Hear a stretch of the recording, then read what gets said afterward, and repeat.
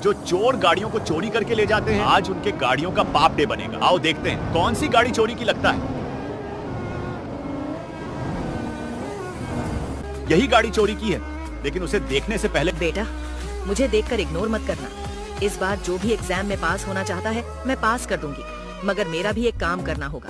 तुम्हें इस वीडियो को एक लाइक और चैनल को सब्सक्राइब करना होगा और 5 सच्चे मित्र को शेयर करना होगा। और मेरे बेटे जाते जाते कमेंट में सरस्वती माँ लिख दो। और इसका तो पापा बन गया।